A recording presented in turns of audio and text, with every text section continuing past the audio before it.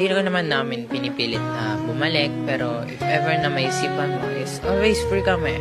Hindi kami lumalapit sa'yo kasi dahil nanalo ka. Gusto lang naman namin kayo makaband ng hindi namin sinasabi or hindi namin kailangan sabihin. Naisipan nyo, yung hindi pa namin kailangan ipagsabi sa inyo, parang nangingi kami ng 5. Parang gano'n, like, kuya, babae kasi si mama, and alam mo naman, kapag babae talaga matataas talaga ang pride. Kailangan talaga natin mag-adjust. Ayun talaga gawain ng lalaki is parang mag-adjust na lang and babaan na lang natin yung pride natin para tapos na ang gulo. Ang ayaw lang kasi ni mama is yung kami lagi nalapit para sa attention niya, which is mali naman talaga. Siyempre dapat may kusa ka rin. I mean, I'm not mad about it. I'm just, nagtatampo lang na kailangan pa namin isik yung attention mo na especially kapatid mo, hindi naman